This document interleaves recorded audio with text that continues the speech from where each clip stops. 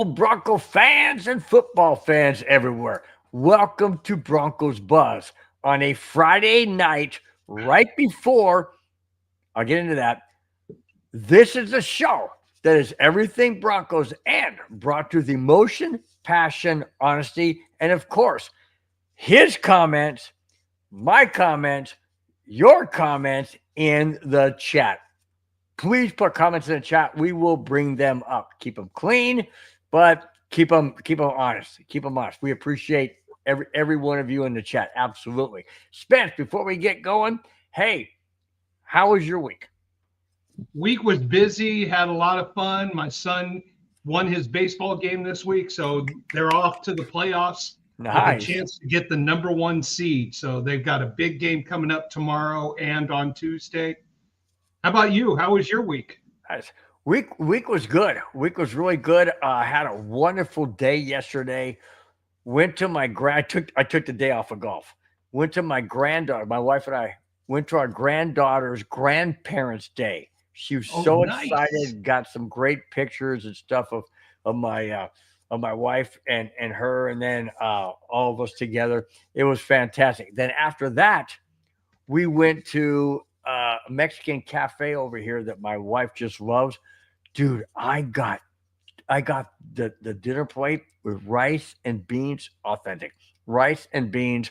Now remember, I'm married to a Hispanic woman, so I can compare. Dude, yes. this was spot on. Anyways, rice and beans, and the rice was fluffy. I don't like it when it sticks, but it's fluffy. Anyways, 2 enchiladas with green sauce and drizzled sour cream on top. Guess what it was filled with? Shrimp. Lobster. Lobster. Oh, a lobster enchilada. Okay, that might be a first. Dude, it was insane. I brought half at home. It was so good, man. Lobster enchilada. Okay, you got to give me the name of that place because we'll be coming down there and joining you. Oh, absolutely. Oh, you got to, man. Your wife, my wife, we'll get together. We'll go there. We'll have a great time. Dude, she got a strawberry margarita, and I said, don't get the small one. It's going to be small. She got the medium. The freaking thing was like the medium. She couldn't finish it, but it was fine. I got me a dark Modelo, but it was fun time. Really, really good time. So we capped off a great Thursday. And then I got to work today and I couldn't remember what I was doing because normally I do things on Thursday and I wasn't there yesterday. So I'm thinking, okay, well, yesterday was Wednesday. So I'm starting to do the Thursday stuff. And the guy's looking at me going, why are we setting that up? I said, oh, it's Thursday. He said, no, you idiot, it's Friday. I said, oh, crap. That's Stater Brothers calling you because I needed a delivery of more beer. So they're calling you to have you approve it. It is a wireless caller. Probably is.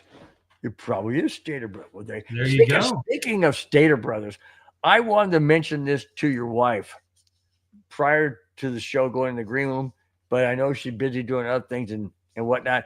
I want to tell each and every woman out there that is a mom. I'm not going to say, oh, there she is, Anna. I want to tell you happy Mother's Day from my heart. Thank you. Happy Mother's Day. Thank you. And you look stunning. So as always. So if Spence leaves for like 30 minutes or something, I'll understand. Okay. I'm leaving. I'm going out with the girls. See, I told you you're leaving. All right, have a fun time. Okay. Enjoy yourself. Happy Mother's Day. Thank you. All right. Did she get mad at me when I said that? No. Okay. She's happy. She gets to have freedom. No. When I said if Spence is gone for 30 minutes, I'll know. And she's like, I think I pissed her off. No. You sure? Trust me, I'm the only one that can piss her off. No one else in the world can. It's all. That's why I have this thing on. Oh my gosh, dude. Anyways, all right. Before we get into, but seriously, everybody out there that has a mom, obviously we all have moms. Yep. Some of us have wives, and each and every female out there, happy Mother's Day if you're a mom. Really do appreciate it. Hats off. This weekend is yours. Eat it up. Enjoy it. Relish in it. and request being pampered, because I know I'm gonna pamper my wife. I'm gonna give her roses and a cake and probably cook her. Don't give the secret away. She might be listening. It's all good. All right, before we move forward, let's get into the chat. David Yarkin Bats Weedoff says, "Yay, it's Friday. Let the fun begin with the great podcast crew." Thank you so much, man. Thank you so much. We're gonna start the show off with that, David. Hang on. Harvey, he said Harvey has to be better than what we have now. Justin Cake, nice to see you back again. Thank you so much. Says good evening. Follows up by saying, "I'm not surprised with the 2 cuts Broncos had. Poor little Jordan Humphrey and already cut from Giants." Wow. I did not know he got cut from the Giants. He did. Whoa. That's not good. Do we bring this one up? Madonna Screen said, "Knowing Bill the way I do, I was concerned when I said he wanted to talk to all the mother." See, that's why I preface it by saying moms and not mothers. Whew. You know what? Too many one-liners. We could go in that direction. Oh, I know. David Yarn says, "Bill, don't take that hat off anymore. That was blank." I know. I understand. I get it. And I'm sorry. I apologize. I really do. I wish I had hair. I'm sorry. Wish I had hair up here. But hey, I can be a spotlight at night. Well, if it's a full moon. Now, boy. Anyways, Moon River. Moon River. Okay. Let's jump into the main topic, which is RJ Harvey the missing piece? Missing piece of what? Of running back? Of offense? Of Sean Payton's system? Here we go. Did the Broncos get their missing piece of their offense? Well, RJ Harvey could be that guy. Running back Harvey is a special type of player that can score at any time from the running back position. Who does that sound like, Conan? Who does that sound like on the Broncos? Years past. RJ Harvey. He's going to make his own legacy moving forward. Right, but I don't want to reference the past. You don't want to say somebody like number 30? I'm going to let you say it. Okay, I'm going to say it. When this statement was said, Harvey is a special type of player that can score at any time from the running back position. All I have to say, guys, go to YouTube, type in Terrell Davis's touchdown runs. You're going to be amazed. He broke off so many plays, so many electric, right up the middle. I mean, up the middle.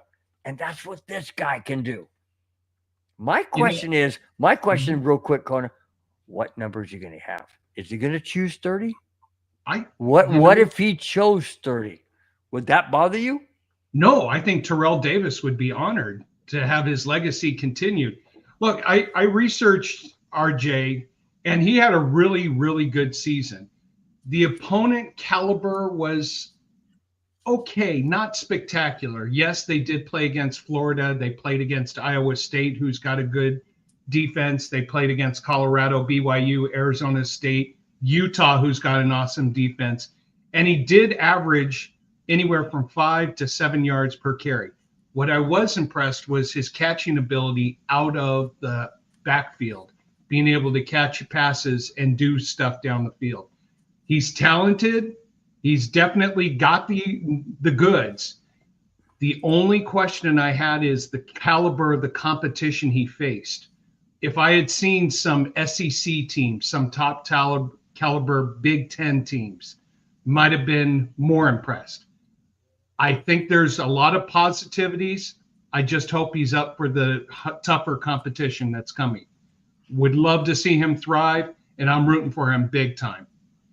Well, I read where Sean Payton is ecstatic about this guy.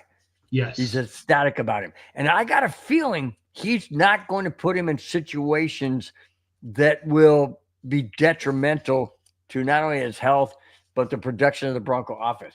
I think he's going to put him in very, very, I don't know if I want to say very vanilla offenses, because that's not true. But I think he's going to put him in there like on short yardage or work him in a package deal kind of thing. You know, another question I have for you. Who does he remind you of as a good running back catching pass catcher? Oh my God. Anderson.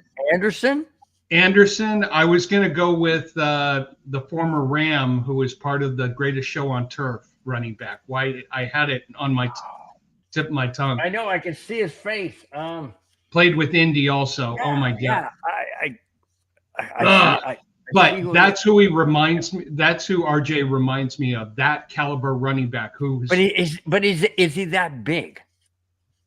I don't think he's that big. Oh, Marshall Falk. There you go. Graham. Graham. Thank you so much for being in chat. Nice to see you, man. Haven't seen you in a while. Great to see you, buddy. Yeah, RJ reminds me of Marshall Falk a lot. I think RJ is going to be put in second down and third down situations, more pass-oriented first than run, until he gets into the rhythm of the offense and shows that he can produce. He's not someone right now, I would say right now in the plans, that he's going to be your first and 10 guy. Well, then who starts the season? Williams ain't there anymore. Never mind, it's not Williams. No, oh my God, Estime. Yeah, Estime might be your guy who you use on that first and second down to grind out, get that grinding game going. You know, if he comes in first and 10, he gets 7 yards, keep him out there, let him grind more. If he comes in first and 10, gets a yard or 2 yards, RJ comes in there and there's that double threat of the pass option or run or draw players. So I don't see him as the main primary grind out, getting those hard, tough yards right now. Okay. And I don't think. Go ahead. No, I don't think that's Sean's primary plan. It could be down the road, but let's see what he does this first year. When does RJ become the number one back like Terrell Davis was? Halfway through the season? Next year? I would say let's see what happens halfway through the season. He was taken with a purpose or an intent to fill in a need. Right now, the way the NFL runs, you can't have one running back being your primary pound, and then also be your draw play and receiver out of the backfield. Does not hold up. So you kind of need that ground and pound, and you need that also that secondary rusher who's got the quickness but the agility out of the backfield to catch passes, which I think RJ fits that need. Doesn't that hold on real quick? Yeah. I know this ties into what you're saying, but doesn't that tip the hand of the coach? You take out RJ and you put in somebody else. They're going to run the ball or they're going to pass the ball. Not necessarily. What you do is you bring RJ in, who is a double threat, but it's not. He is a double threat who can do both the go out for the pass and run. First down is typically you would see more running plays than pass plays. Mm-hmm. So you would use SMA on that first down, and then second down and third down is RJ. But you know what? I believe in Sean Payton. He's got a plan for this. Let's see what happens. All right. Before we get too much further down the road without indulging the chat, Madugas comes in like always and says, I'm giving my wife the present of me. Talking about Mother's Day. Well, I guess what, Madonna? She gave you the present of 6 kids. There you go. She gave you the present of 6 kids. So I know it's not Father's Day. That's till June. I get it. All right. Judson Cake says RJ Harvey's going to fit in well in our system. I watched all his games in college. He really got thrown to, but did amazing things when they threw him the ball. Yes, did see that. But he's going to fill, and Judson, he's going to fill that dual need that you need on a second down or a third down back. I'll be interested to see what number he chooses. Does he stay away from Terrell Davis, number 30, because he feels he wants to create his own identity, or that he can't live up to Terrell Davis, 2,000-yard rusher, Hall of Fame, MVP of the Super Bowl? That's pretty big shoes to fill, KONA. That's pretty big shoes to fill. Pretty big shoes. And you know what?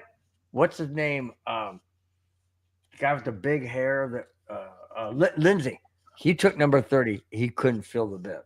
He couldn't fill. Yeah, you know what? Irregardless of whatever number RJ has, he's going to create his own legacy, his own path. If he takes 30, great. If he takes 3, great. Just come in, be productive. 3. I remember the last person we had 3. He sucked. Yeah, I know. That's why you take a number that you can create a legacy. Heaven forbid that's a jinx number, dude. Heaven forbid. Clayton Huron says, hey, guys. I say, hey, what's up? He says, smash that like button and share, guys. Absolutely. Graham comes back and says, lots of people were high on estimated. Look where he is on the roster. Got to wait to see Harvey. I agree. Yeah, definitely. I think those two can be a great 1-2 tandem. So let's see what happens. Wow, yeah. Clayton says, man, long week for work, cutting a ton of grass and a ton of cleanup and mulching. Well, at least you're watching or you're listening. Thank you. That's fantastic, Clayton. I mean, come on, really? You could be sitting there saying, hey, I ain't got the time. I can't do this. Clayton's married, right? I forgot. Is Clayton married? I think he's married. Anyways, Clayton, did you as long as you took care of your mom today on this weekend on Mother's Day? I want to give a quick shout out to my mom. Send her some roses and a nice big cake that she likes to enjoy. So, Mom, happy Mother's Day. Hopefully, you're enjoying your weekend. What's your mom's favorite cake? You want to know something? I honestly don't know because it changes. Mama Spence. You need to let him know what cake you like. I know it's chocolate, but there's German chocolate. There's Dutch I love German chocolate, dude. I'm half German and half English, so I go by Jinglish.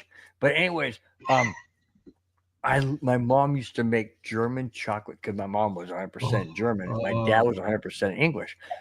I love my birthday. My birthday is July 21st. For anybody who wants to, so anyways, July 21st. But she used to always make me German chocolate cake, and now she's not around anymore. And I haven't had it since she's gone. She's been gone 12 years this year. Wow, 12 years this year. Yeah. So German chocolate cake with that coconut icing on top with that. And I'm not a big sweet guy. I mean, I'm a sweet guy. My wife says, well, sometimes you are a sweet guy. But I mean sweet as in, taste buds. I don't eat a lot of chocolate. I don't eat a lot of candy. Probably I don't drink any soda, stuff like that. I just stay away. It's just not me for the taste buds.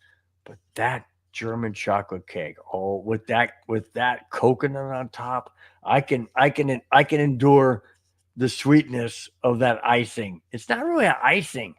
It's like it's almost creamy. It's really, I mean, if you guys look it up on the internet, German chocolate cake. Oh my gosh. I think that's what I got my mom. I think I got her the German. I think, right now you just did it? No, I did. Yesterday I ordered it for a delivery today. So. Oh, okay. I was going to say, dang, I thought you just ordered right now, like on the internet. I'm like, holy smokes, dude.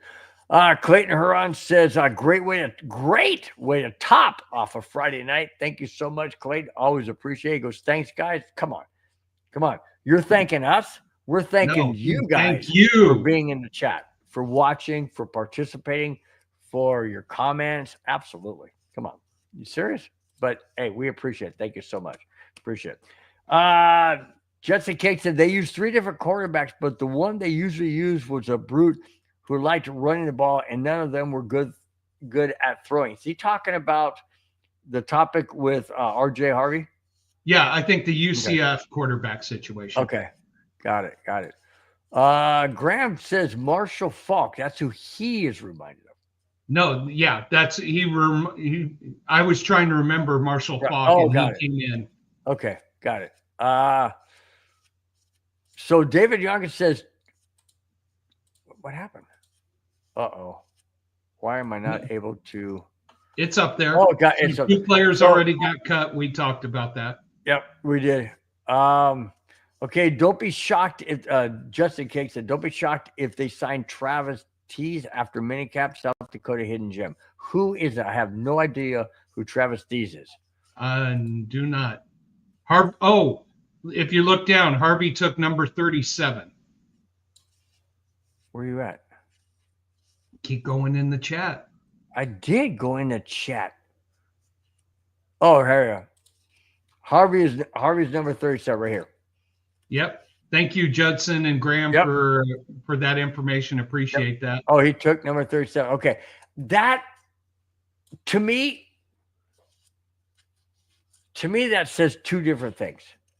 I don't remember any Bronco player ever wearing 37 as a running back. I can't recall any Bronco player wearing 37. That's a good thing. Right. So my point is, it's a double thing. He didn't take 30 because he wants to make his own identity with his own number at 37, which I don't think a Bronco player has ever had. Well, at least since I've been a Broncos fan in 1976. I don't know anybody prior to that because I wasn't a Bronco fan. I was a Vikings fan. But that said, taking 37, what does that tell you? Does that tell you that he's afraid of taking 30? No, that tells me he wants.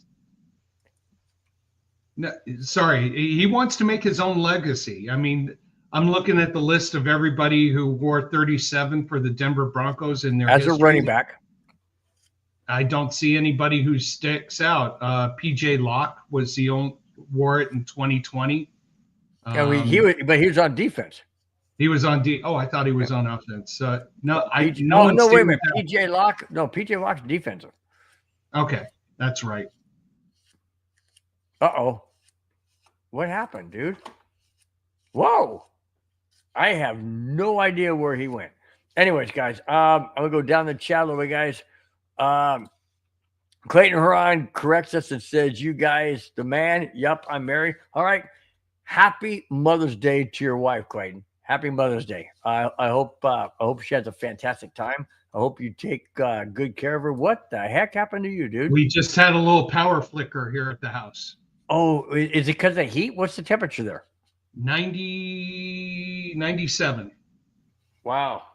And you're northwest of me, and we're 92. Yeah, we've been in the 90s. This is Southern California when it's mostly June gloom and May gray. Guess what? We're having July fry this weekend. But I love it. I'm going to cook me some ribs. Yeah, this is summer coming and saying, we're around the corner. Here we come. Oh, by the way, it's supposed to rain on Tuesday. I know. Clayton Ron says this, and everybody out there who has a mom that's still alive or not, we owe it all to say Happy Mother's Day, because if it wasn't for our moms, we wouldn't be here. Happy Mother's Day, guys, from Clayton Huron. Absolutely. Happy Mother's Day to all the mothers out there. And I guess I'm fired again. All right. Clayton says you're fired. I don't know why. Maybe because you were gone. Probably because you were gone. Hey, Clayton, I get fired twice a day by my wife. It happens, you know. Graham loves my thing called Jinglish. I'm half German on my mom's side. My mom's 100% German. I'm half German. My dad was 100% English. I'm half English, so I'm Jinglish. I kind of like that. I've said that for every time people say, you know, what's your nationality? I say Jinglish. They go, huh? It's so funny. Oh, buttercream. That's the flavor. But I don't know if buttercream is used in German chocolate cake. It's not an icing. It's not sweet. It has a little sweet tint to it. But the coconut just, oh my gosh, dude. It's so good. I'm a cheesecake guy. So any type of cheesecake. What's your favorite?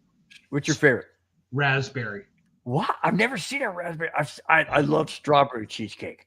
Love strawberry, love caramel cheesecake. Never had that one. Oh, you got to try it. You got to try really? it. It's good. Huh. Interesting. It is very good. All right. Rudy comes back, as I said, mine July 21st. My birthday, June 2nd, 2025, 72 years young. There you go. So, Rudy, your birthday is June 2nd, 2025. So you haven't been born yet?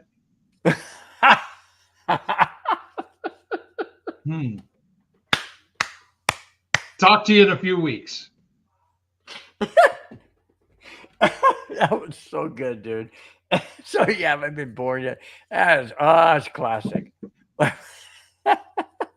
Actually, you know what? If you ask my wife, she'll say my birthday was yesterday. So. Oh, guy. Rudy says, thank you for being silly. No, dude, you're the silly one. You're the silly one. We're just commenting. We're the silly team. Rude Dog is probably more accurate about his personality at times. Rudy says, hi, guys, from Las Vegas, Nevada. Must be about 125 over there. Yeah. So enjoy, my friend. David Yarkin said, these players may have their numbers changed again after they cut the fit. Well, that's true. That is true. Yeah. There is the potential there. Graham comes in and says, Barron 12, Harvey 37, Bryant 13, Jones 95, Robinson 51, Crashaw 39, and Lohner 84. 84, that's Shannon Sharp's number, dude. I'm not sure I like that one.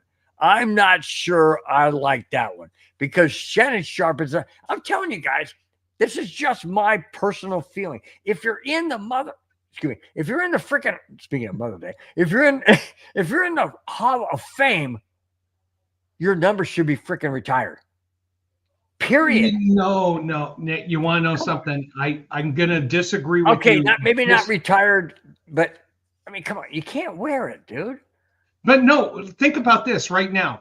Once they cut it down to the 53-man roster, as one of our people in the community said, they might change their numbers. David Johnson, right there. Yeah, David. There's probably about 80 to 90 guys who are on the roster right now. They're going to go through tryouts. They're going to cut from 90 down to 72, 72 down to 53. Everybody's got to have their own number. Well, okay. Okay, I'll give you this. In OTAs, and you got to have a number, and you know, if you retire 50 numbers or 60, you're never going to have enough. I get it. Okay, so those numbers can be, quote, worn prior to the final cut. Once the final cut happens, you ain't getting number 30, you're not getting number 7, and you're not getting 84, in my opinion. 7, agree with you. 30, agree with you. But if what happens we think is going to happen to Shannon Sharp. Yeah, but okay, but do you take away what he did on the field? This is my whole Pete Rose argument. Pete Rose, whether he bet or not, that's not what he got into Hall of Fame for. He got in the Hall of Fame because he's a fantastic player on the Cincinnati Reds.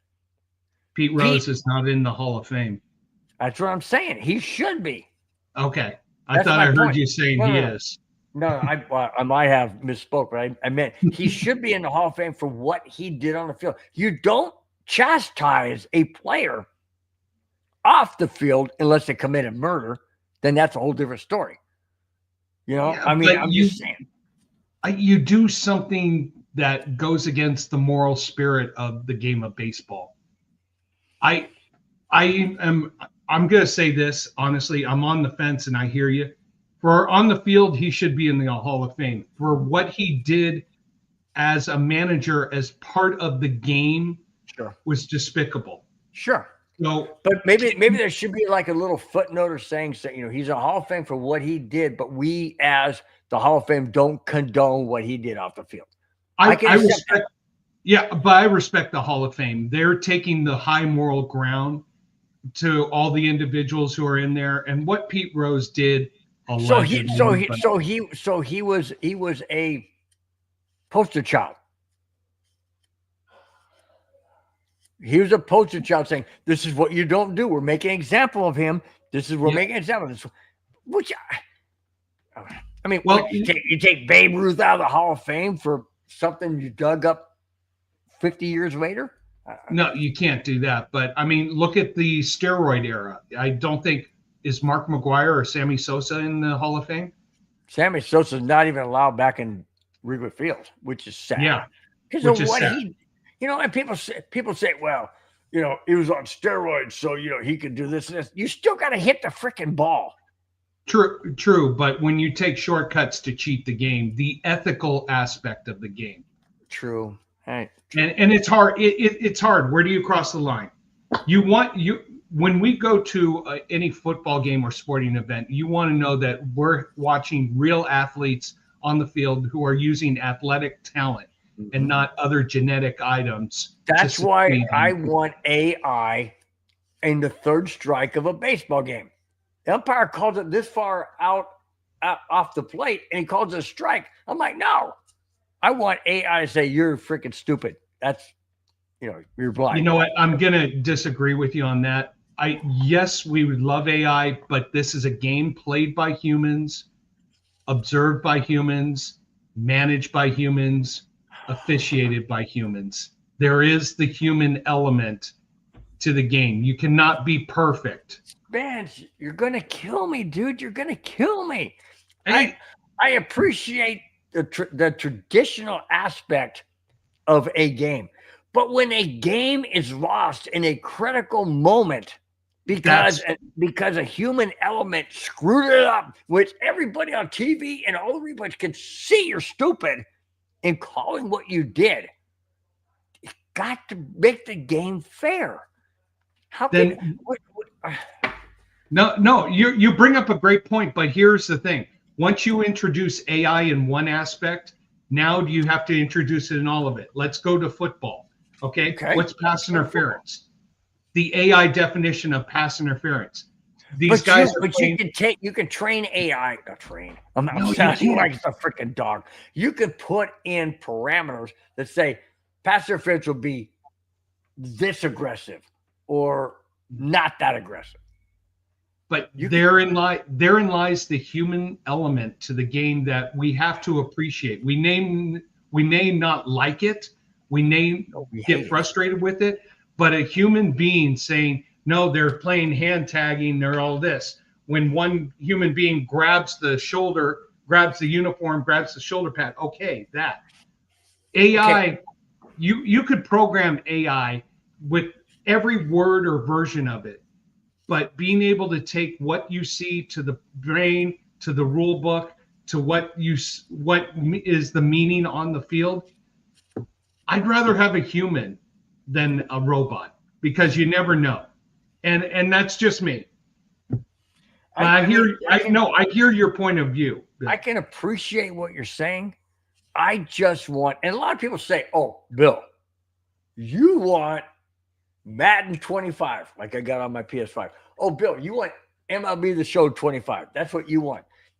In a way, yes and no, because I can put on Madden 25 and set it to certain things that AI will come into and certain things that the human element, maybe that's a bad analogy. Baseball is easier. Baseball, I can do that. I can do where the umpire makes every call is AI. It's always going to be ball or strike, whatever AI says. Or I can set it to half and half. Got something in my eye, which I like. It only calls the third strike. If I challenge it, that's another thing. We got maybe not AI, but we have replay for close calls at first base, close calls at second base, and close calls at home. It's the same thing. Don't you agree or no? Am I way off base? You know what? And I'd love to hear people in the chat. We want to hear Jack, Graham, Rudy, everybody, Clayton. What do you think about all this? Because this is the transformation of sports. You're going from the human element to now the computerized element. Is it going to make the game better? Is it going to introduce an element that we're not sure of? Okay, let me ask you this. Let me ask you this, Spence. When baseball went to a full American League and National League, pitchers do not bat, and both leagues have designated hitter. Were you in favor? No, I was. Absolutely. And there is the view of tradition, which the National League was, which I appreciate, and the new methodology that the American League was. I loved seeing that you had two different sets of you had two different aspects that people who believed in tradition could appreciate, and people who believed in the new way of looking at things could also appreciate. I liked having that. Yeah. I understand where you're coming from, but I'll tell you what, I'm a person of technology. I love technology. I know there's a bad side to it. We're not even going down that road. But I love technology for what it provides. I can pick up this phone right here and go anywhere in the world, and get an airline ticket anywhere in the world. I mean, you can do it. Generations past couldn't do anything. I had to pick up the phone. I had to call the travel agent, all that stuff, right? I love technology. And I love to see technology work to make things better. And that includes, with me, sports. You know what? I like how technology is used to support sports, not to dominate and overtake it. And you know what? There are people who are going to have your perspective that technology, take it over. There's people who have my perspective that are like, support it. Yeah. You know what? Everybody's right in some way. Everybody is different in other ways. But I respect your opinion. I respect your fact. May not be something I want to see, but at the same time, who knows? In the next lifetime, when our kids are taking over our talk show and going crazy and bantering, Elon Musk might have mechanical officials behind home plate going, right. No, you know what? I don't want all that. But just to wrap up, we've been on this main topic. We've gone so many different directions on the main topic for 30. That's why it's the main topic. That's why it's the main topic. And it's fantastic. Hats off to Mudungus for suggesting that. Great. Because he said, hey, if you can spend 15 minutes on the main topic, it'd be fantastic. How about 4 times that? Anyway, just wrap it up. What you're saying. I'm not totally in favor of robots controlling everything. That's not what I want. But I like the interaction of both. That's all I'm saying. On a third strike, call it. On a pass interference, go to the AI, see what it said. Bring it in to see how it works. If it doesn't work, and I mean, they even shortened the game in baseball by having a pitch clock, making it faster, making it more appealing to the fans. I don't know where this is going to go, but I even don't know how we got on that topic. To tell you the truth. Well, I mean, let's start with Pete Rose. I mean, Pete Rose messes everything up. Doggone it. Yeah, amen. Got to say hi to some people here in the chat. Oh yeah, Justin Cake says Travis Dees, running back from South Dakota, 1,172 yards rushing, almost 400 receiving yards. Shares backfield with Charles Pierre Jr., who rushed for over 1,200 yards. Travis was great blocker for pass and rushing. He is on the Bronco team. Hey, you know what? 3-headed monster at running back. Love to see that.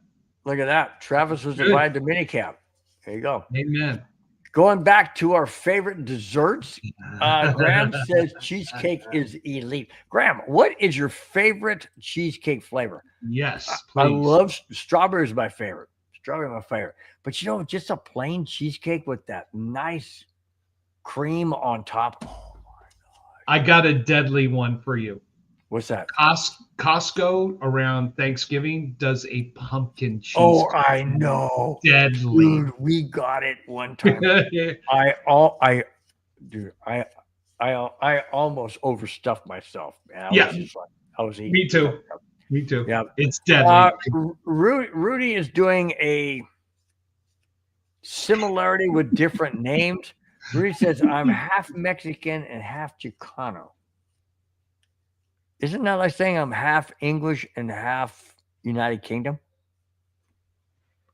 So okay. Anyways, half beer in a cup, half beer in the can. It's the same thing. Rudy, just to let you guys know in the chat, Rudy is out there. Just letting you know. He is. Okay. And then he goes, yup. So see, he agrees. He agrees he's all screwed up. Jack Kenna, what is up? Bill and Spence, cheers. Absolutely, my friend. Mm-hmm. You got it, buddy. I'm wearing a Cubs hat. I jumped on his show. Yeah. I jumped into. I watch his show on Tuesdays. Right. And you jumped in on the show? Yeah. Well, no, I just in the chat. Oh, Jack, chat. They don't let you talk enough. Talk more. We need to hear more of you, Jack. Yeah. I'm wearing a Cubs hat because Avalanche suck, but then again, the Cubs suck too because we're losing to the Mets. Let me see what the score is here. If I can check real quick. I know we're getting. At least you're a lot better than my favorite baseball team, who might break a. Holy smokes! We are getting a butt kick, 6-1 in the fifth. That's it. Yeah. Rockies were down 8-0 in the second yesterday. Yeah, well, they're the Rockies. That's unfortunate. I love the Rockies. I really do. You know what will kill me? It's to see any Colorado team leave Colorado somewhere else. Rockies are the closest one. And it's sad. It's sad. I mean, I hope not, but I'm just saying by virtue of the ownership. Yeah, you know what? The ownership, I will never forgive them after they made a promise. Their CEO, Richard Montfort, and Jeff Burdich made a promise to Nolan Arenado to build a winner after giving him an 8-year, $260 million contract and basically lied to him. Mm-hmm. And so send him off to St. Louis, my hated team, because of the rivalry between the Cubs and the Cardinals. Yeah, sending off to St. Louis for 5 guys who haven't even made it into the majors. It just, Justin Cage says Pro Football Focus has Travis ranked second behind Genty. I watched all of Florida Central State's playoff games. Hidden gem. What do you think of that? He is USC. He's mentioning the football college. Oh, I thought it was Florida Central. UCF. Where am I at? No, he said, it's supposed to be UCF. Okay, got it. Meant to say UCF. Hidden gem. Hopefully he is. Keeping my fingers crossed on that one. Graham follows up by saying Broncos have shown plenty of times they don't mind giving players number 84. That bothers me. Why would the Broncos not have a problem? Are you saying it's because of what they know now? Spence? You know what? It's the preseason. I think you have, I don't remember the exact number. I think you have up to 90 players and you only have 100 numbers. So you've got to use them all somehow, some way. But once the season starts, don't think anybody's going to be having 84 for the moment. Ooh, Jack Cannon's got one for you. Spence, I'm throwing this on you. Question. Go ahead and read it. Question. After taking your boy and scouting and getting Patch from the Eagles, 23 years there, now both on the Raiders to help Spytech, just wow. What do you think of that? I think I'm on to my next beer. Well, they did fleece the Broncos scouting. Yes, I know. And that hurts. But you know what? Jack, in all due respect, you guys, I mean, I'm giving you guys shout outs. You guys with Tom Brady. Tom Brady's pulling the strings here. Mm-hmm. He really is pulling the strings. And KONA mentioned that several weeks ago, and I didn't believe it, but I'm believing it now. He's pulling the strings. He is fleecing teams and doing what he needs to do to make the Raiders successful. Why? Because Brady hates to freaking lose. That's why. Yeah. That's why. That's exactly why. And he's out to make a name for himself. Think about it. Tom Brady's not stupid. You know, he's won 7 Super Bowls, 6 with New England, 1 with Tampa Bay. Now he's on the Raiders, and he's doing this building of the Raiders. Oh my gosh! He just you needs talk about the best division in the AFC. Oh no, yeah. I mean, I have said this. This AFC West is going to be much watched TV each and every single week. Oh, no doubt, no doubt whatsoever. And okay. I keep saying this. Even though you've ripped me and other people rip me, my dream is still all 4 AFC West teams make the playoffs. I want to see that. I haven't ripped you. I just don't like it because I don't like the 3 teams that are on division. You may not like them, but I respect them. Well, maybe not the Chiefs, but I respect them. Oh, yes, you do. I have to because my daughter's a Swiftie. I'm not going there. Yes, Graham. Yes, 7 is retired. Absolutely. And so is 15, Peyton Manning. Yep. Those are both retired. I know Shannon Sharp is not retired. I got that. Terrell Davis is retired, is he not? It's 7, 15, and another one. There's 3 of them. 7, 15. I thought it was, or is it only 2? Maybe it's only 2. Oh, 7, 44. Don't you remember? Oh, yeah, that's right. 44. That's Lloyd Flittle. I mean, Lloyd Flittle. Floyd Little. Honey, more beer. No. And then 18, which was worn by Peyton Manning, but was originally Frank. 18, not 15. Why did I say 15? That was Tim Tebow. I would love his number retired. I love Tim Tebow. I would love. You know what? I want Tim Tebow to come on the show. I'd love for him to be a part of our show. Do you think how much fun that would freaking be? That would be so much fun. Oh, dude, all we would do is go, Tim, talk about your career. All right, we'll just sit back. No, seriously, because that's all I want to hear. So many great questions that I have. So many great questions, man. What was it like throwing that pass to Demaryius Thomas in overtime against Pittsburgh on the first play? Oh my gosh! Or how about all of those fourth quarter comebacks? What? Yeah. How was he feeling in every one of them? Were they different? Were they the same? Was it confident? Was it fear? I mean, dude, you just sparked my whole interest. How do we get a hold of this guy? I might have a way, but I would like to get him on here just to say, how did you motivate your teammates when it came to the fourth quarter? I want to hear stories about how we. I want to hear all kinds of stories. So if anybody knows Tim Tebow or Tim Tebow Foundation is watching this, please come on our show. We love to talk to Tim. We want to hear his stories and his passion about Denver Bronco football. Jack Hans says, at Spence, okay. I don't know what TY is. Thank you for showing up on his show. Always, Jack. All right. There you go, man. Cool. Jack, let them talk. Let you talk more. Come on. Let's see. Jack says, as the AFC West Raiders fan, Denver can win the division this year. Yes, they can. Ooh, okay. That should go into our next topic about the potential power rankings. That wasn't the next topic. I know, but it's a good leeway.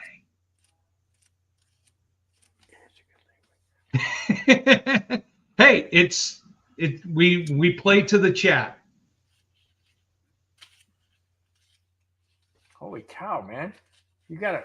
I had it way down the list because I was ending on positive notes. But we got other things to positive. Since Jack brought it up, in regards to What was it? What was his question? No, he thinks Oh, the he Broncos said are it. going to win Here the it is. division. And Jackass says again, I'll repeat it. As a AFC West Raiders fan, Denver can win the division this year. Listen to this, guys. Ready?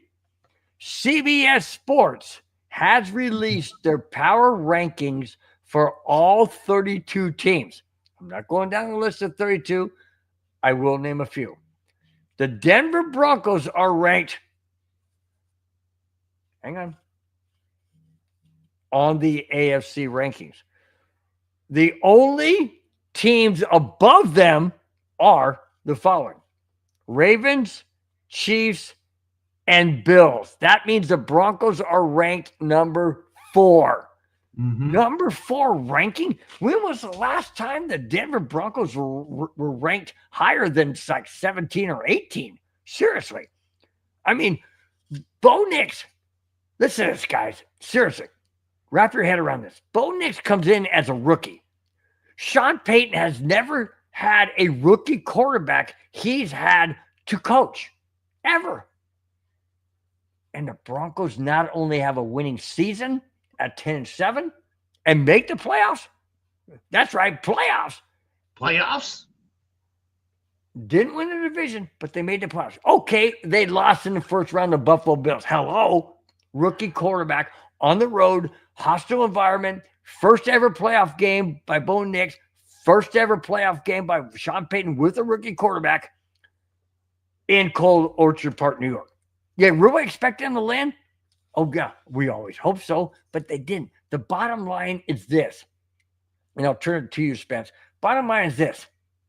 The Broncos and Bo Nix, the NFL has taken notice.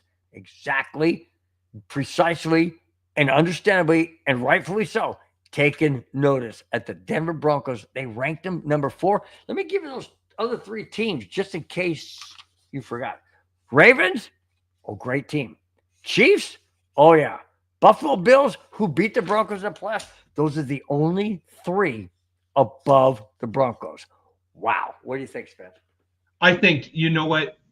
They see so much potential for the Broncos here.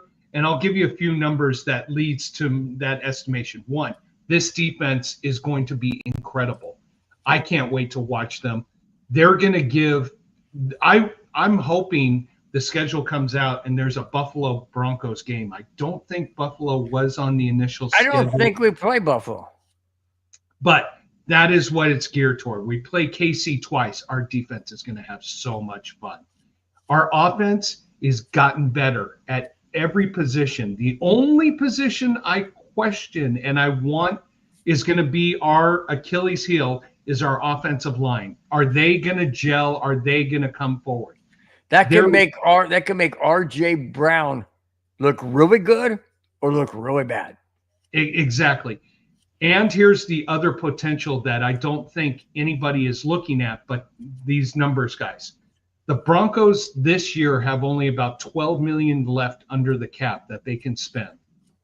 In 2026, they've got $70 million under the cap that they can spend. Ready for this one? 2027, they've got $137 million left under the cap. So there is space for the Broncos to bring in potential serious talent to plug in, especially at other holes. There is a financial path here for success. Now, what's going to drive this is, can Sean Payton put all these tools together to make a serious run at the Super Bowl? The 3 teams you labeled in front of us, Kansas City, I think we've got them. I think we played them in 2 games last year. We dominated them. We should have won both. We should have won both. We dominated it. You can't say that week 17 the Chiefs played everybody. They didn't. I know, but we've got a leg up on Kansas City head to head, I think, right now. Okay. Buffalo, we're learning from what we had. We're going to give them a run for the money. Baltimore worries me because I don't know what it is about the Broncos, but they do not match up well against the Ravens. That defense the Ravens have always dominated the Broncos, and they pulled anything out of the hat. Birds hate horses. Birds hate horses. They dive bomb them. I know. But I'm just saying. I'm just making light. The long-term potential here for the Broncos to keep getting better and better and better and better is right there in front of them. And the NFL has seen all the maneuvers, all the moves, all the signings that they have done, all the defensive. I mean, this is going to be a defense you do not want to mess with. And so now, can they transition what they have on paper to on the field? That is going to be the biggest step forward. True. All right, let's get back in the chat real quick. I don't know why Rudy puts this in there, but he wants everybody to know that he is cooking Angus burgers on the barbecue. It's going to be so good. You don't even have to put it on the barbecue, Rudy. You're in Vegas. Probably about 110. Put it on the freaking floor. Put it on the grill outside in the backyard. Cooking. There you go. Jack Kenneth says, man, I love this. Jack, thank you so much. Says, man, as a Raiders fan and dislike Denver, remember that. He dislikes Denver, but he follows up by saying, I love this show.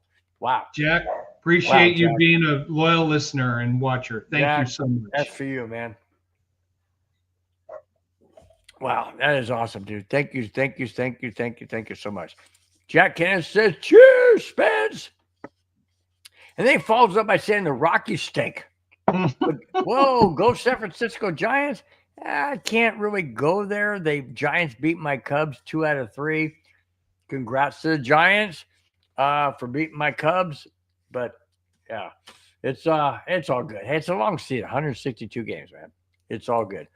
D-Rock said, Big Bill. So what's up, Big D-Rock? You said Spence. You know? And then Jack, is this live? Yeah. No, it's Memorex. Timex.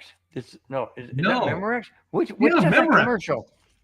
Is this live or is it Memorex? Oh, that's right. It is. The Timex was take the licking and keeps on taking. That's it. Yeah. All right. Wow, Rudy, we can't put that up there. Whoa, Rudy. Watch out for that.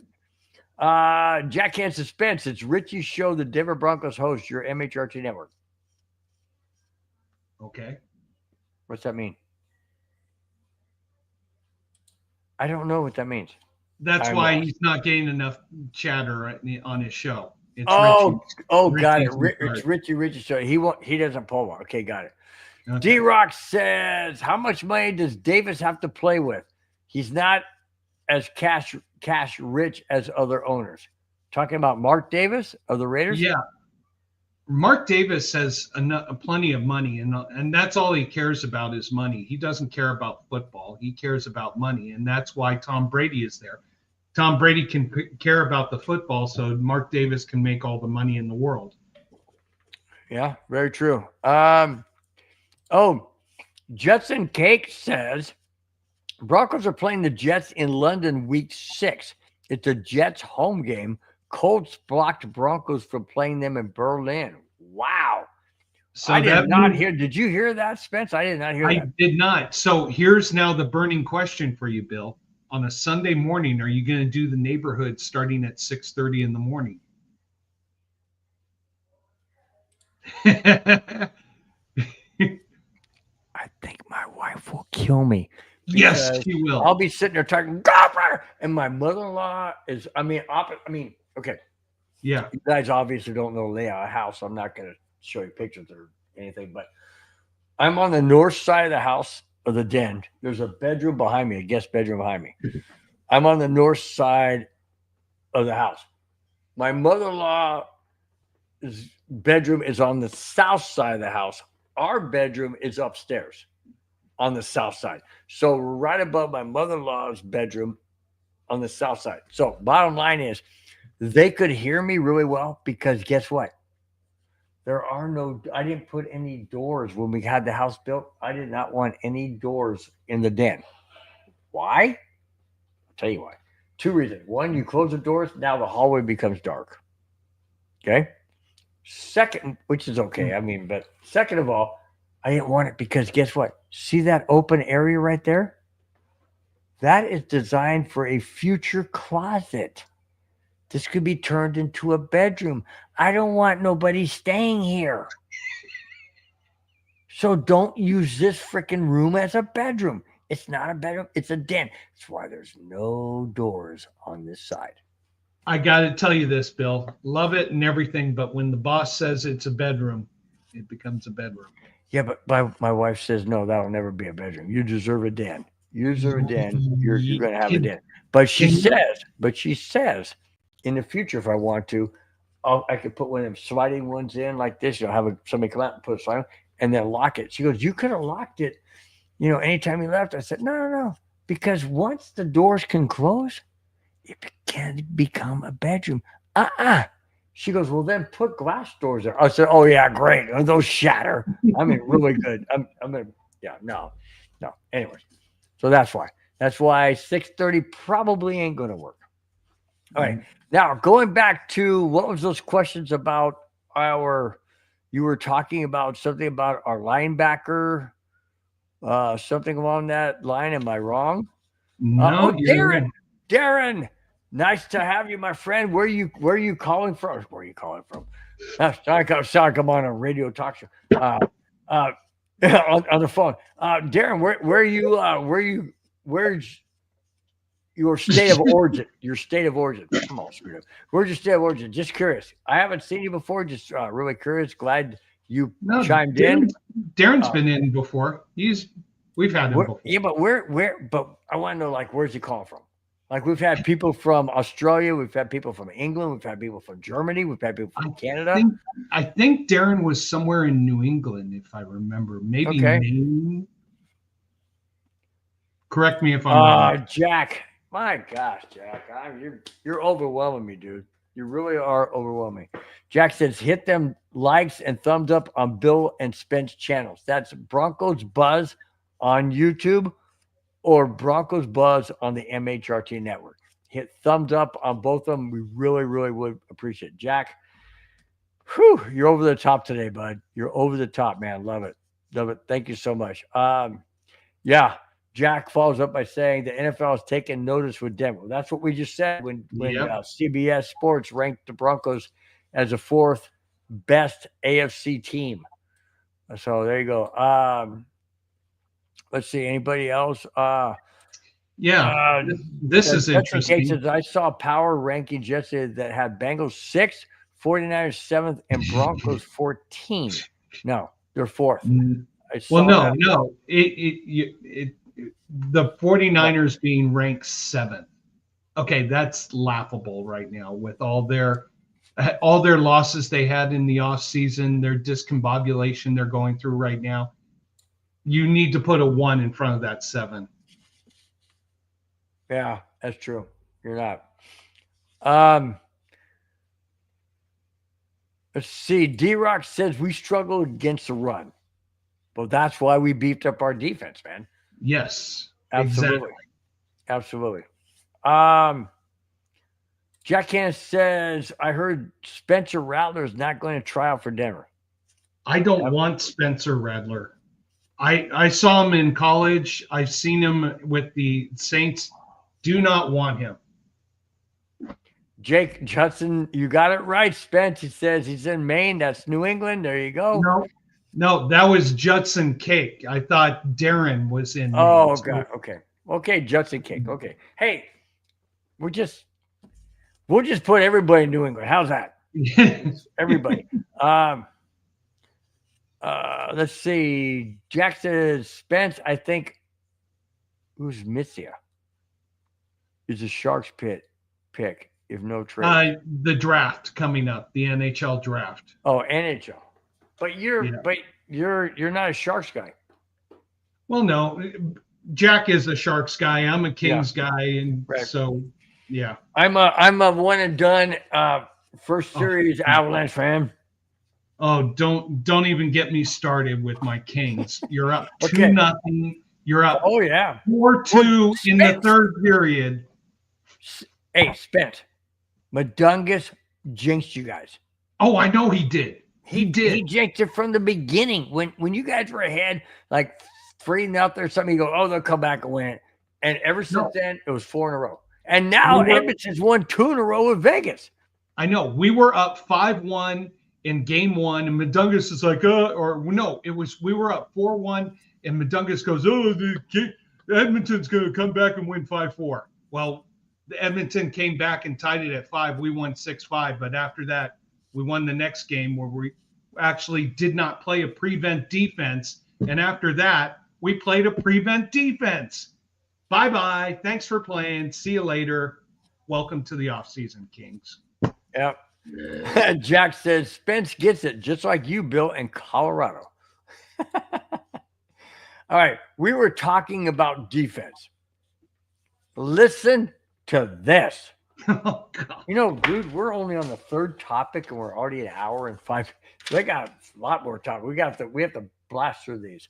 But I love the chat. I love the interaction. I love you guys want to stay on. If you guys want to stay on and be in the chat and be watching as long as we want to be on here, we'll be here as long as you guys want us. Seriously. This show is about you guys. We bring the topics, you bring the comments, we interact. That's exactly how we want it. Here we go. Nick Bonito's breakout season last year was perfect timing. Why? Listen to this. Bonito is eyeing a deal at least north of $20 million per year, according to Chris Thomason of the Denver Gazette. Wow. Bonito has said he wants to stay in Denver long term.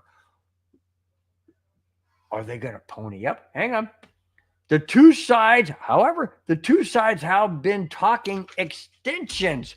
Is this going to be based on what he did in 1 year?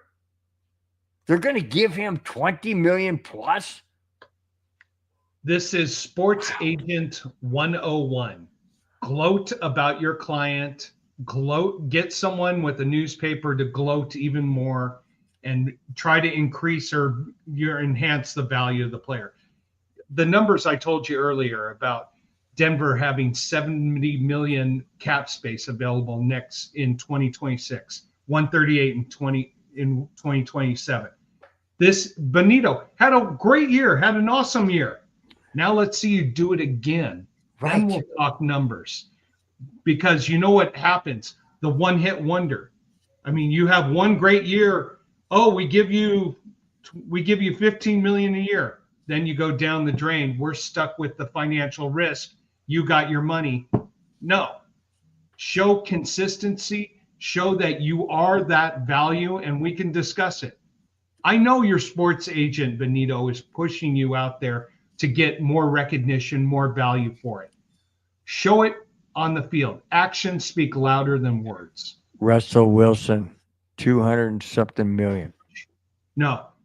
And I keep telling you this, 2026 is Denver Bronco Resurrection Day. No, I know, but what I'm saying is you overpay somebody for what they've done in the past. I've said it many times. How in heaven's name can you pay somebody more money for something they haven't done? Exactly. You did that in the past. Okay, that would be like me paying my electricity bill. They're just, we'll reduce your electricity bill. I'm just going reverse, obviously. Electricity bill by half because you're doing so well. But then I run it up. Yeah, here comes the summer. Here comes the summer. Blast that air conditioning. Yeah, you see what I'm saying? So that what they're doing is they're rewarding. Like my electrical bill would be rewarding me for what I did last month. They don't play that game, dude. They don't play that game. Why do sports play that game? What happened? I got to take care of something quick. I'll be right back. All right. I might click him off here. So my thing is, why do sports play that game?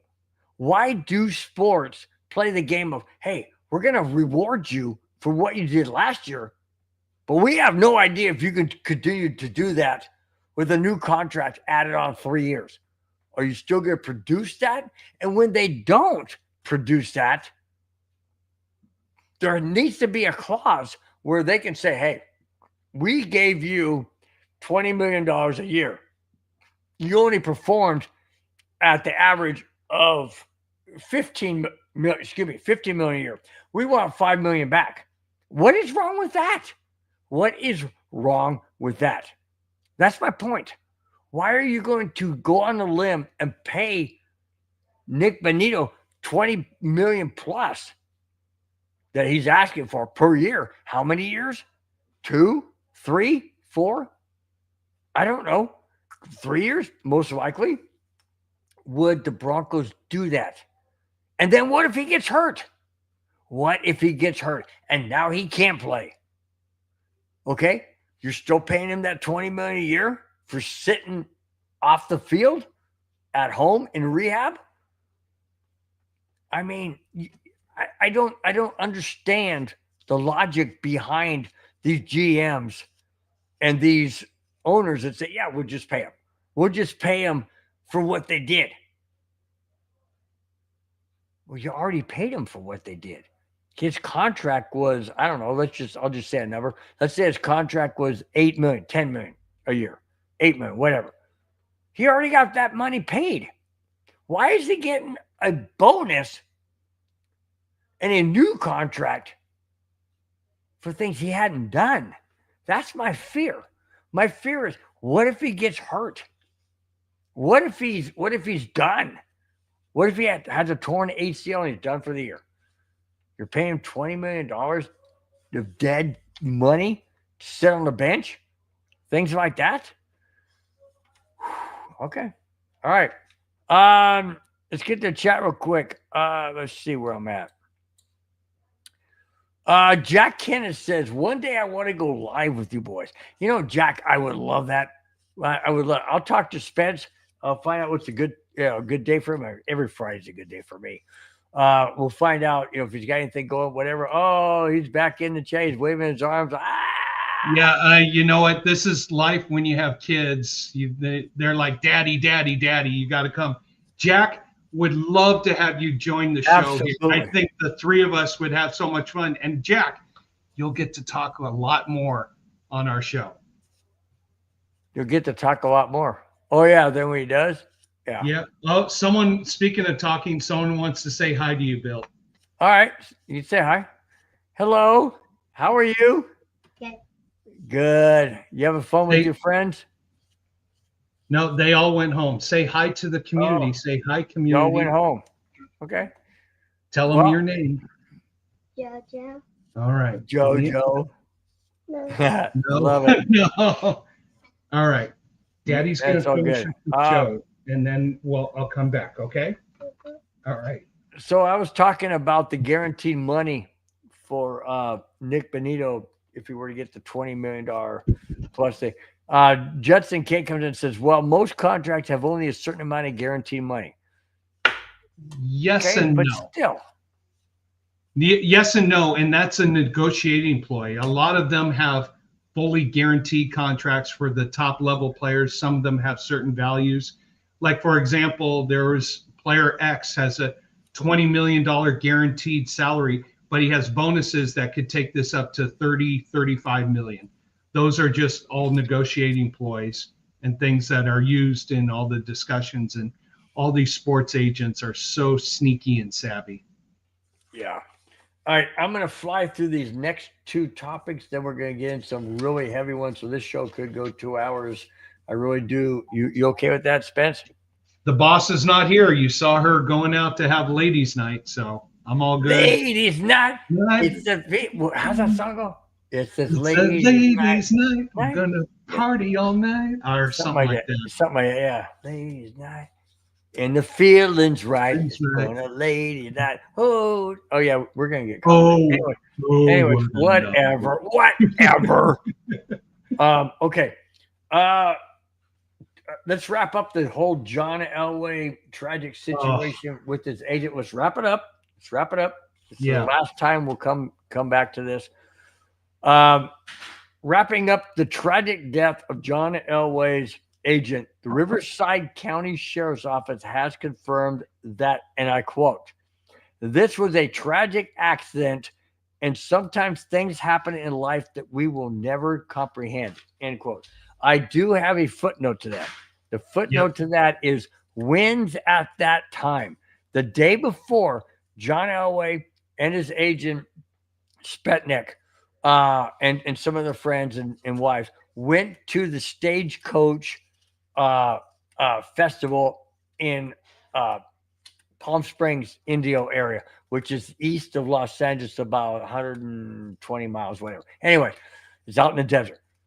The winds were so fierce, 35, 38 miles an hour, that they decided to come home. They didn't take the carts then. They came home. The second day, they didn't go to the festival. They went to a gathering, which was a party of some friends and whatnot in the community. The winds were still fierce.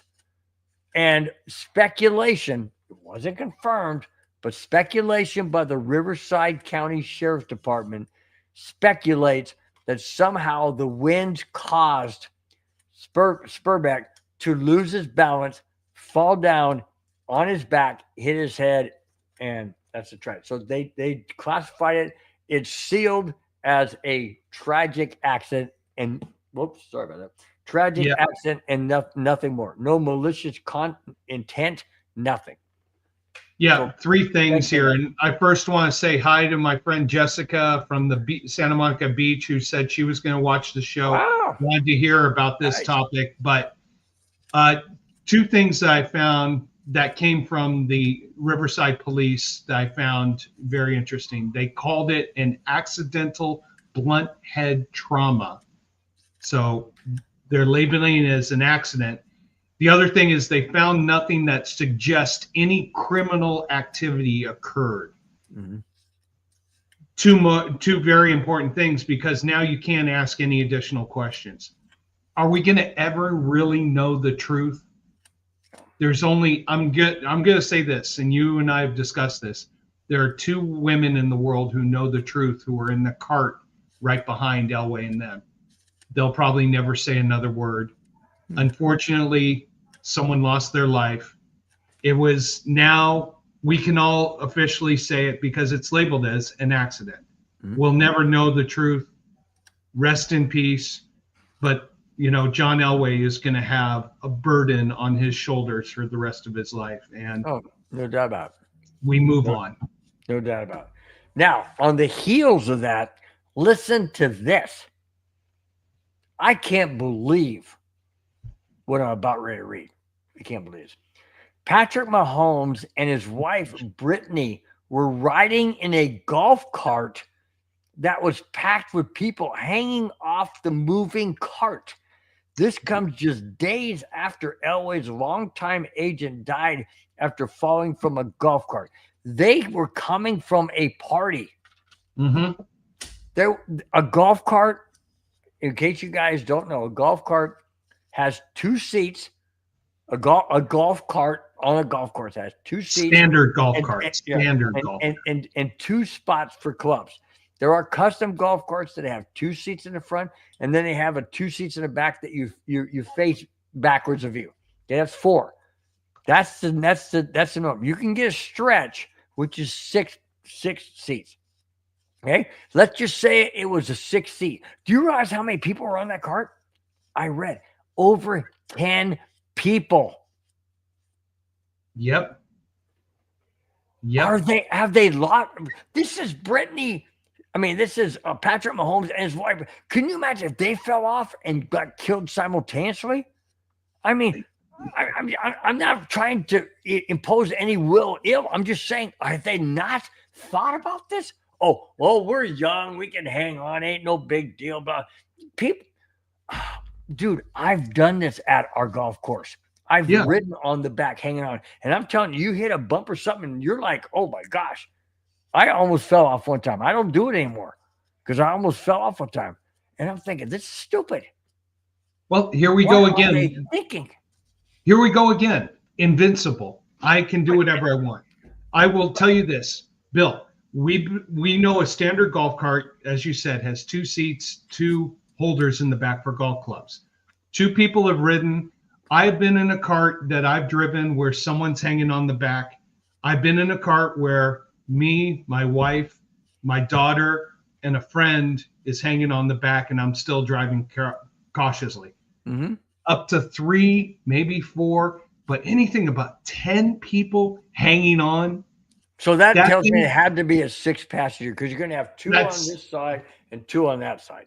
That's the only thing. I tried to look for pictures, and I couldn't find any pictures of what they were doing. But still, here we are coming on off this situation with John Elway, and Patrick Mahomes putting himself in that precarious a situation as the driver, as the responsible party. Make 2 trips. Yeah, exactly. I don't get it, man. I just absolutely don't get it. Big E Bronco said, "What's up, Bill?" I said, "What's up?" Justin Cake talking about the winds, and Palm Springs says the winds of alcohol. That wasn't proven. We're not going to speculate. I'm not going to comment on whether I believe it was or was not. I don't know. The authorities said that there was no indication. Yeah, the authorities, and once again said, found nothing that suggests any criminal activity occurred. And so once they've made that statement, there's nothing. You could come back and show hundreds of pictures of John Elway drinking, being wasted drunk. The police never took his blood alcohol content. The police never came to the scene. So you don't have any evidence, just speculation. Right. Okay, we're going to jump into this week's Jackass of the Week. This came across my phone a little earlier. I didn't have time to write on my notes, so I'm going to jump around on my phone. But here it is. This week's Jackass of the Week. You suck, you jackass. Here it is. Former NFL tight end Kevin Ware Jr. pleaded guilty to killing his girlfriend in 2021 and was sentenced to 30 years in prison. He settled for a plea bargain. He could have gotten life. Listen to this, guys. This is absolutely unbelievable. And then, Spence, you're going to have a follow-up about his career, correct? Right. Okay. Let's see. It says, Ware's girlfriend, Taylor Pomansky, 29, went missing in April of 2021 after being seen at a party at her home in July of 2021, where they indicated for murder and tampering with evidence, specifically a corpse in connection with her death. Now we get to specifics. Court documents allege Ware cut her with a knife, hit her with a blunt object, strangled her, and then burned her body. Seriously? You know what? Yeah. I'm done. I'm done reading this. I'm not going to read anymore. No, you know what? He played 2 years in the NFL, 1 year with San Francisco, 1 year with Washington. Wasn't very productive. Well, he wasn't productive in society, that's for sure. In society, and you know what? You know, to make that decision to take someone's life when you're struggling and things aren't going your way and you're frustrated just shows there's not enough time that's going to be put on his sentence for him to recuperate or recover or whatever. You know, I am that type of person. You kill someone, goodbye, see ya. Whatever that. I think for every murder case, there should never be a plea bargain. You're done. Yeah. You're automatically going to the guillotine. I'm just saying that. Okay, I'm just saying that as, you know, throwing out you automatically go to, you know, life in prison or death sentence. Automatically. You killed somebody, that's what you get. And that's my belief. That's my faith. That's what I believe. And I'm there with you, Bill. I think you kill someone in cold blood the way this happened, no mercy at all. But no rhyme or reason. There was nothing that in that article that led up to why. But because he pleaded a plea bargain, we'll never know what led up to it. We'll never know the truth. Trial. There's no trial. Well, there's at the end, when he takes the plea bargain, he has to stand there and explain why he did this and give Oh, detail. really? Oh yeah. Oh, I didn't know that. Okay. When a sentence is put upon you, the judge has the freedom to ask questions of the defendant. But will the judge do that? Who knows? Yeah. What state was this in? Texas. Oh, they'll do it. Oh, they'll do it. They'll do it. Oh, they'll do it. They'll do it. Yeah. Let's go to Texas. No, just kidding. I just saying. Not gonna get political or anything like that, but just deep in the heart of Texas. But that's just the way I feel. I mean, eye for an eye and a tooth for a tooth. I mean, you hurt somebody and you do something and take their life. I mean, you're gonna get what? A slap on the wrist? No, that ain't right. All right. Speaking of people, go ahead. No, go ahead. Let's move on to another topic. Speaking of people doing wrong, the Baltimore Ravens have released kicker Justin Tucker, their all-time greatest kicker ever, right? In the NFL, right? Right. Was. Well, he still is. Not active, but he still is. The Ravens have released kicker Justin Tucker amid allegations from not one, not two, how about 16 women that Tucker engaged in sexual misconduct during massage sessions. We talked about this before. General Manager Eric DaCosta said, and I quote, "Sometimes football decisions are incredibly difficult, and this is one of those instances." End quote. You think? No, I don't think so. This ain't a tough decision. How is this tough? Oh, well, because he's our greatest kicker, and he wins us a lot of games, and he brings in a lot of money for our team. And but it's a tough, difficult. Oh, you want to know something? It's not tough, dude. It's not tough. It was not tough after you drafted a kicker in the 6th round from Arizona, Tyler Lue. Look, Justin Tucker was a career 89-90% kicker on field goals. This past year, he was 73%, including misses at critical situations where they were wide, yanked him wide right or pushed him wide right, yanked it wide left. He was distracted. There's other things on his mind. Time for him to move on. Yes. No, there's other things on his body. I'm sorry. I mean, this is a guy, this is unheard of, a stat. He was, before this season, he was 73% from 50 to 59 yards. 73%. That's How amazing is that? Yeah. 60 yards and over, he was 2 for 9. Oh my God! You'll take 2 for 9 all day long. You'll take 2 for 9 all day long. This guy had the leg, the accuracy, and everything in his mind. It's like a golf euphemism. You lost it, you get the yips, you've got the shanks. He's got the shanks right now. He doesn't have the yips. He doesn't have the shanks. He has the law against him. That's what's in his head. That's what's in his head.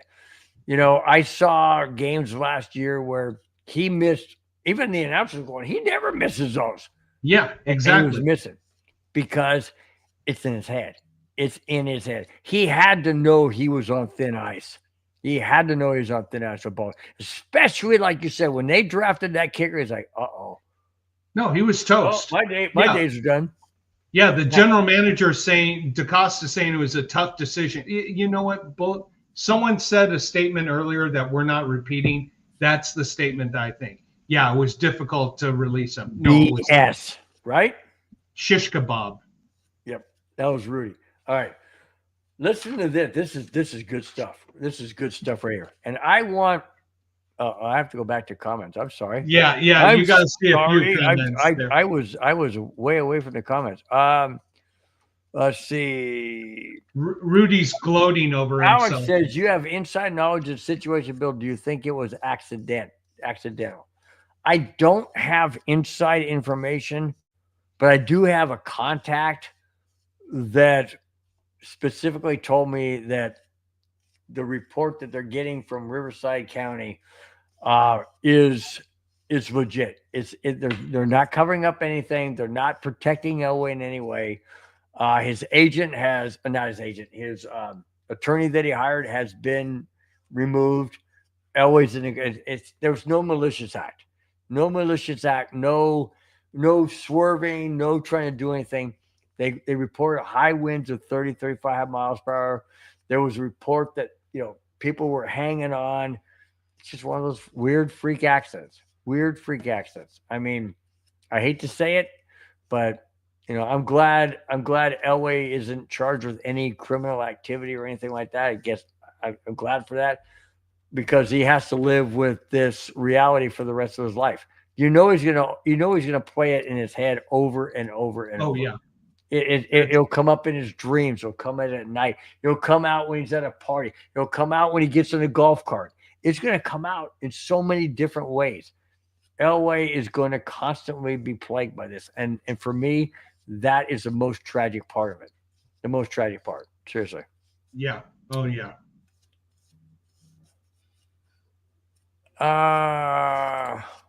Wow. Okay. Yeah, go ahead, Biggie. That's fine. You go ahead and send it. By the way, go to the next comment. Rudy's gloating a little bit.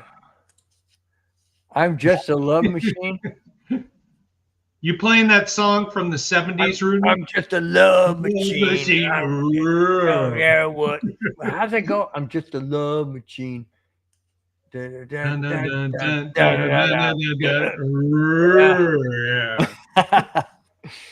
Oh my gosh. Let's see. So Alex Smith, thanks for being in the chat. Thank you so much, man. I appreciate it. Says, I mean, you work at a golf course. How many people was in the cart? I don't work at that golf cart or golf course or wherever they were. I just know that I've seen people hang on the back of our golf carts, 2 people hanging on and 2 people sitting in the seat, and they're flying down the course. And I'm just like, oh my gosh. No, it's not the way to do things.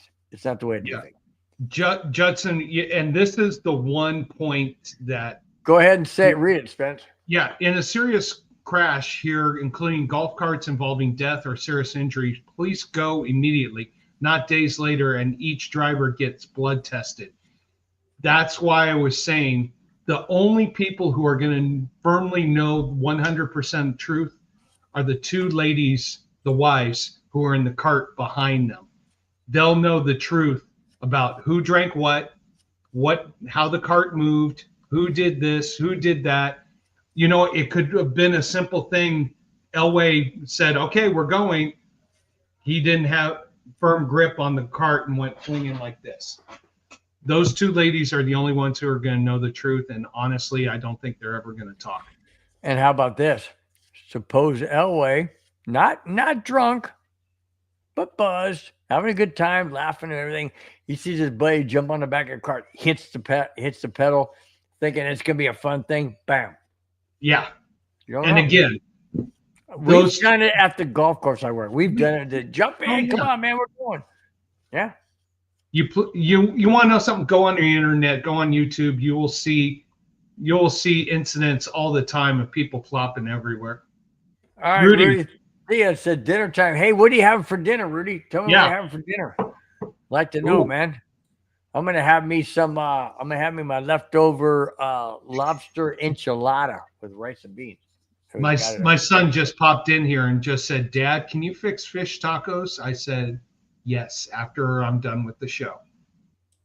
Wow. You got fish tacos, man? Oh, no. Oh, my wife taught me the recipe. But your wife's not home. I know. She taught me how to do them. Oh, wow. Oh, Rudy says hamburger. Oh, that's right. He mentioned hamburger on the grill. Yeah. Okay. All right. I'm gonna do this topic real quick. You're going to talk about. I gotta go potty. Yeah. After the draft, the Broncos have signed 15 college free agents. One of those college free agents from Kansas is linebacker J.B. Brown, who, listen to this, who garnered $150,000 guaranteed. That's it, and $10,000 in signing bonus. Dude, that's what you make in a month. Come on, dude. Brown said, and I quote, "It was a good fit for me, and the Broncos showed showed a lot of interest with the guaranteed money." End quote. Are you serious? Guaranteed money is $150,000. Dude, that's nothing. That's nothing. 150, and he's excited. I mean, okay, get it. He's in the NFL. I give him that. But holy smokes, 150,000 guaranteed and 10,000 signing bonus. That's all he gets. Yeah, you know what? He's an undrafted free agent, and you go ahead and go do what you need to. I can talk about that. You want to know something? I appreciate him coming in with this enthusiasm. I appreciated him coming in with this spirit. He was from Kansas. He was a linebacker. He was undrafted. So now you have to go make a name for yourself. And he wants to be a part of this team. Great that he signed with the Denver Broncos, who have a need at linebacker. He could come make an impact. And I like this story. I know Bill's like, oh, 150,000. You want to know something? I'll go to the NFL and go out there and try out and make $150,000 guaranteed with a $10,000 signing bonus. This is an opportunity. He's got something. Now, what are you going to do with it? Now, are you going to go out there and impress? I've got it starred here on my notes for JB Brown. I want to see him come out there and flourish. I want to see him come out there and challenge Benito. I want to see him fill a need that the Broncos have at this position. I thought when Bill originally told me this topic, I thought he was talking trash and all this stuff. So I researched it. No, this guy wants to make a difference. And this is the type of people we need for our culture right now, for the development of the Broncos, for them to enhance that defense. That defense is going to be awesome at the back end with our cornerbacks and safety, with our linebackers who are coming in, with our offensive line. Love that culture. I love that spirit. I love that enthusiasm. So what? You're making only $150,000 a year. UFL, hey, as Judson says, UFL players only make $50,000.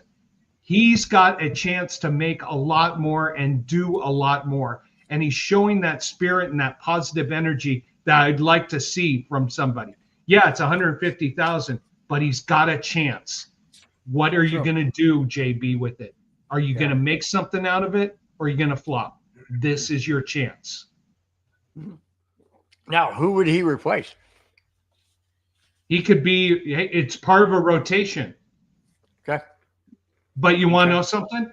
Let's go back to what happens if Benito flops. There you go. Yeah. He'll step in. And I was saying, we need an energy and a positive spirit and an enthusiasm like this. This is part of the culture. This is probably why Sean Payton signed him, brought him in. He actually, as I was looking in research, he was projected to go 3rd or 4th round. He did not go at all. Right. So now you take that enthusiasm, that energy, that spirit, that desire, that hunger, and you bring it to this team. Wow. And Sean Payton, I read a thing where Sean Payton is ecstatic with this guy. He said he's a quick learner. He's eager to jump in. He even said, and I didn't put it on my notes, but he even said, he being Brown. Is that who it is, Brown? Yeah, JB Brown. Yeah. He even said that that he's eager to jump in. And he knows being an undrafted free agent, he's got to prove himself. But he says, "I'm ready. I know what the NFL wants, and I'm ready to give it to him." Yeah, so, and I like that enthusiasm. I like that spirit for our culture. And sure. I'm just curious, what number did he get? If anybody knows here in the chat, if he took a 15. Just kidding. No. Just kidding. Brown, no, it wasn't as part of one of Graham's numbers that he listed. So, and as Judson says in his last text, $150,000 for an unrestricted free agent. That's a lot. That is above the norm. What do you think of that? Justin Cake said J.B. Brown, Kareem Reed, and Jordan Turner could all make the team for linebackers. Yes. And hey, this is going to be interesting. Oh, so, there you go. They haven't assigned numbers. Okay. Justin Cake said they haven't assigned numbers for undrafted free agents. Okay, but I like his energy. I like his spirit. And I will tell you right now, he makes the team. I'm getting a jersey. Because, well, no, this is the type of culture icon we need for this team. This is the type we need on defense. And imagine him being surrounded by all those guys in the backfield who are just going to be helping and bringing this guy up. I'm rooting for him. Yeah. More than Harvey, more than anybody else. I'm rooting for him because he came in as undrafted and he needs to now go out and prove himself. I hope he makes the team. Yeah. All right. Next to the last topic, and we have Bo Nix.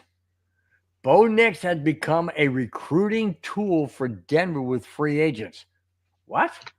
Yeah. Recruiting. He's only a freaking rookie. He's a recruiting. Hang on. Similar to Peyton Manning when he signed with Denver. Mm-hmm. NFL athletes want to play with Nix. Why? Because the franchise has a clear vision and is headed in the right direction. Oh my gosh. Combination of Sean Payton, the combination of the ownership group spending money, signing players, and the combination of Bo Nix having a fantastic season last year. Oh yeah, these guys want to come and play for Denver.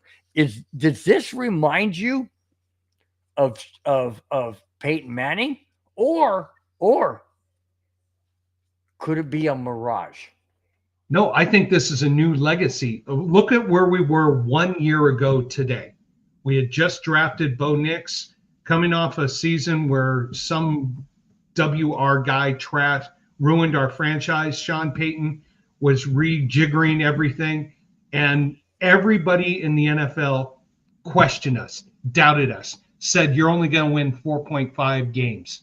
Thank you for that sports wager bet. Yes, honey, I hope you enjoyed your sushi.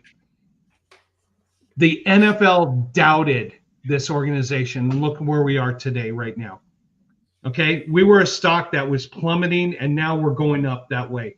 Everybody in the NFL knows this defense is very dangerous. What was the topic I mentioned? What was the topic I mentioned earlier? Broncos were ranked 4th. Last year, we were ranked 20-something. I know. Now we're 4th?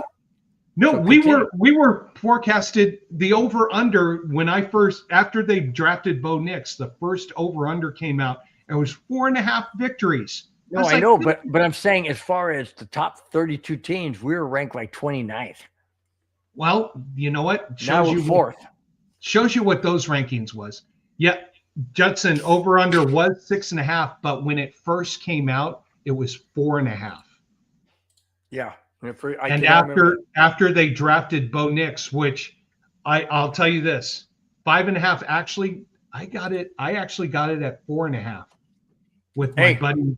You ought to know because you won money. I know you won money.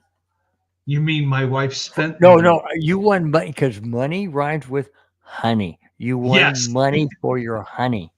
I won money for my honey. There is no good rhyme for husband. You ever notice that? Happy wife, happy life. Happy husband, happy being bummed.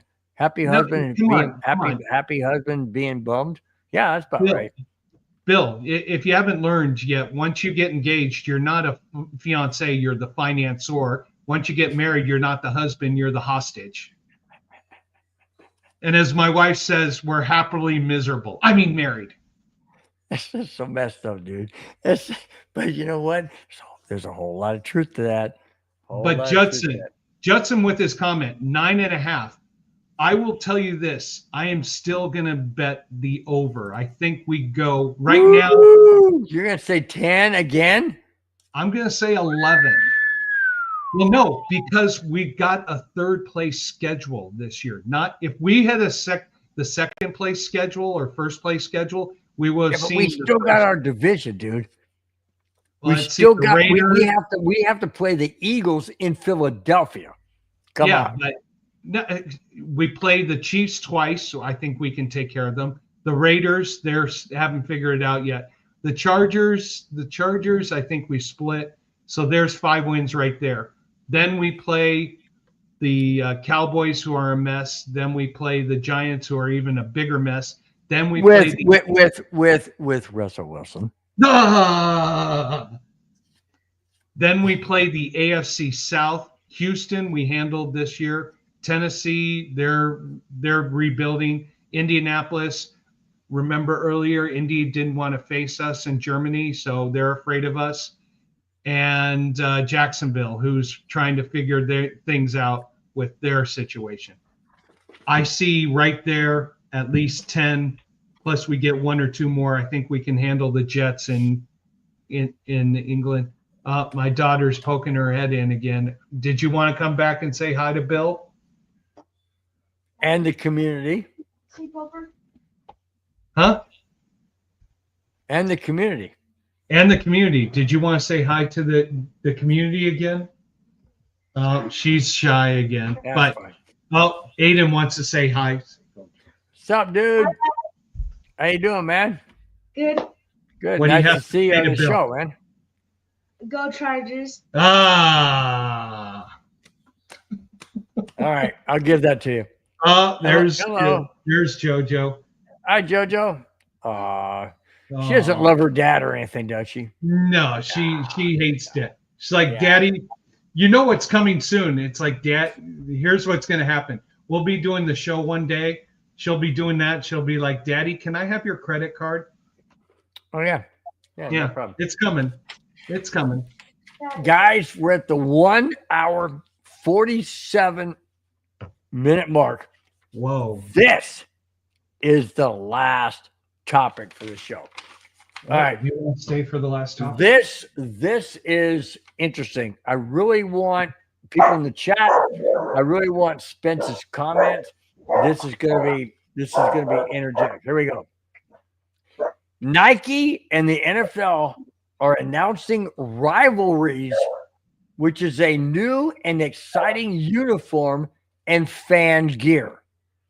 Each participating team will wear unique rivalry uniforms rooted in the local community at a single home game against a division rival.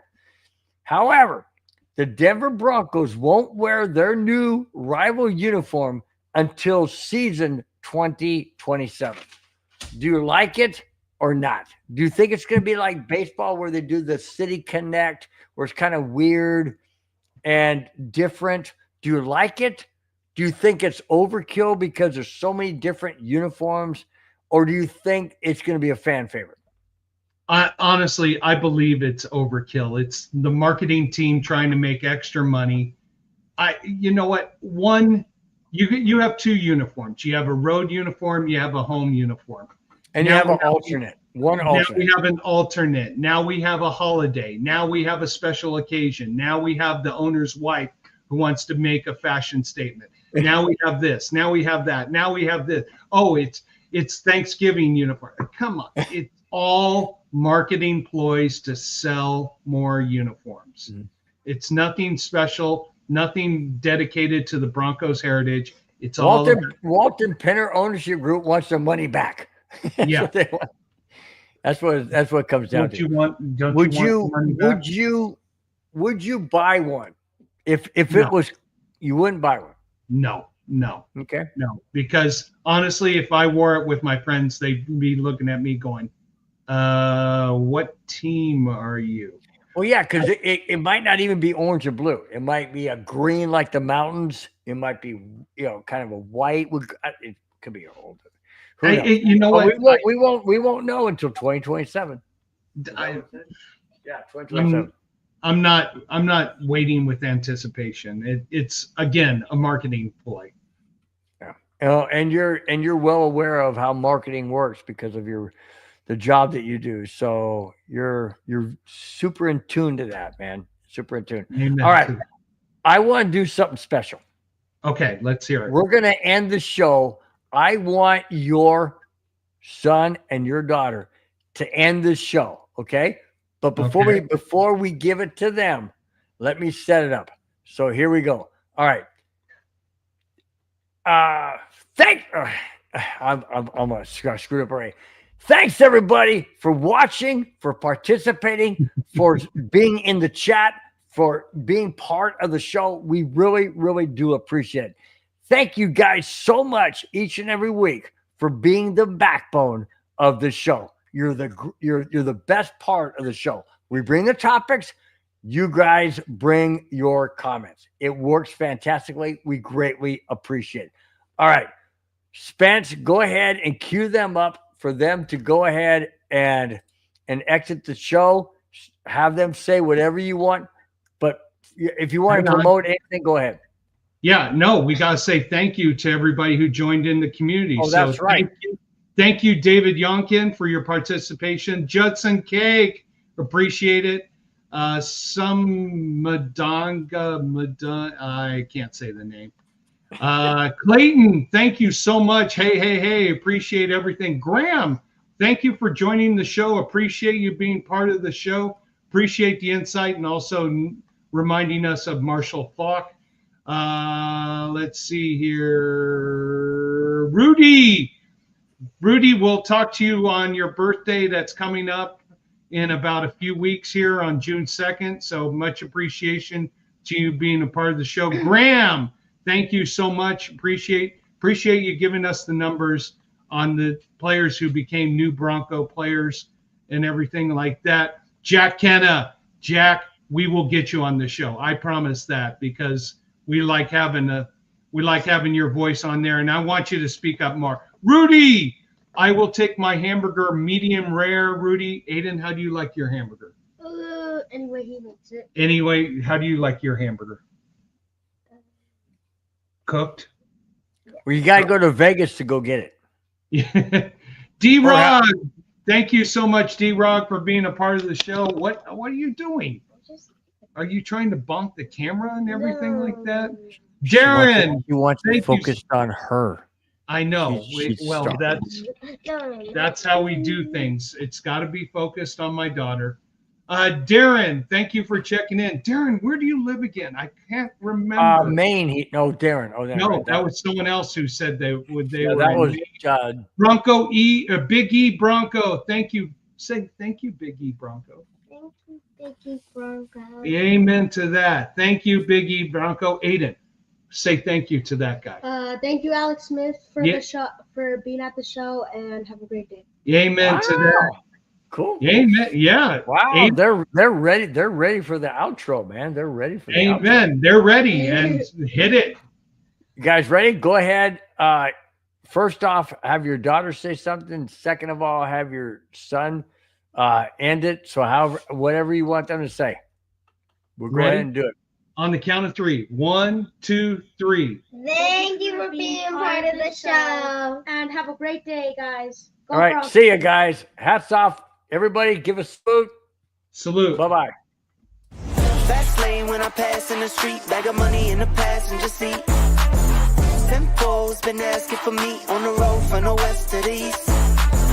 Way up, I might never come down, cause the coast racking up the flame out.